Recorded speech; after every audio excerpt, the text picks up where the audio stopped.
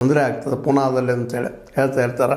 ಆದ್ರೆ ಇದನ್ನು ನಾವು ತಿಳ್ಕೊಬೇಕಾಗಿದ್ದೇನಪ್ಪ ಅಂತಂದ್ರೆ ಇದು ಎತ್ತರ ಮಾಡಿದರೆ ಹಾನಿ ಆಗುವುದಿಲ್ಲ, ಸಹಜವಾಗಿ ಮೊದಲಿಂದ ಹಾನಿ ಆಗ್ತಾಯಿತ್ತು.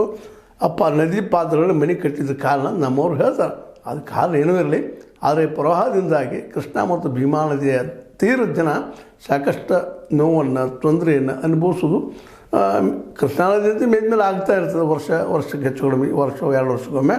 ಬಟ್ ಭೀಮಾ ನದಿ ಮಾತ್ರ 3-4 ವರ್ಷಕ್ಕೊಮ್ಮೆ ಮೇಲ್ಮೇಲದು ಆಗುವುದನ್ನು ಶುರುವಾಗಿದ್ದು ನೋಡಿದ್ರೆ ಒಂದು ರೀತಿ ಸಮಾಧಾನವೂ ಆಗ್ತದೆ ನಮ್ಗೆ. ಇಲ್ಲಪ್ಪ ಮಳೆಗಾಲ ನಡ್ಕೊಂಡು ಕಿತ್ತೋಗ್ಬಿಟ್ಟಿತ್ತು. ನಮ್ಮ ಎಸ್.ಎಂ. ಕೃಷ್ಣ ಅವ್ರ ಕಾಲದಲ್ಲೇ ಅವರ ಆಡಳಿತ ಅವಧಿಯಲ್ಲಿ ಪೂರ್ತಿಯಾಗಿ ಕರ್ನಾಟಕ ಬರದಿಂದ ಒದ್ದಾಡಿತ್ತು. ಬಟ್ ನಂತರದಲ್ಲೇ ಮಳೆ ಸಫಿಷಿಯೆಂಟ್ ಟೈಮ್ ಟು ಟೈಮ್ ಆಗಿದ್ದರಿಂದಾಗೆ ಆಗ್ತಾ ಇರೋದ್ರಿಂದಾಗೆ ಆಗಿನಷ್ಟು ತೊಂದರೆ ಇಲ್ಲ. ಬಟ್ ಈ ಪ್ರವಾಹದ ಹಾವಳಿ ಮಾತ್ರ ಈಗ ಹೆಚ್ಚಾಗಿದೆ. ಕೃಷ್ಣಾ ನದಿ ಮೇಲೆ ಆಯಿತು, ಭೀಮಾ ನದಿ ಆಯಿತು, ಶೀನಾ ನದಿ ಆಯಿತು, ಮಾಂಜಾಲ ನದಿ ಆಯಿತು.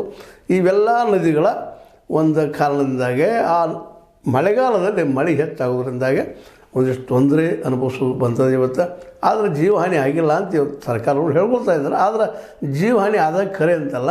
ಬಟ್ ಇವ್ರಿಗೆ ಆದಷ್ಟು ಸೇಫೆಸ್ಟ್ ಜಾಗಗಳು ಏನಿದಾವೆ ಶಾಶ್ವತವಾಗಿ ಅವರಿಗೆ ಮನೆ ಕಟ್ಕೊಂಡು ಇರುವಂಥದ್ದು ವ್ಯವಸ್ಥೆ ಮಾಡಿದರೆ ಭಾಳ ಉತ್ತಮ.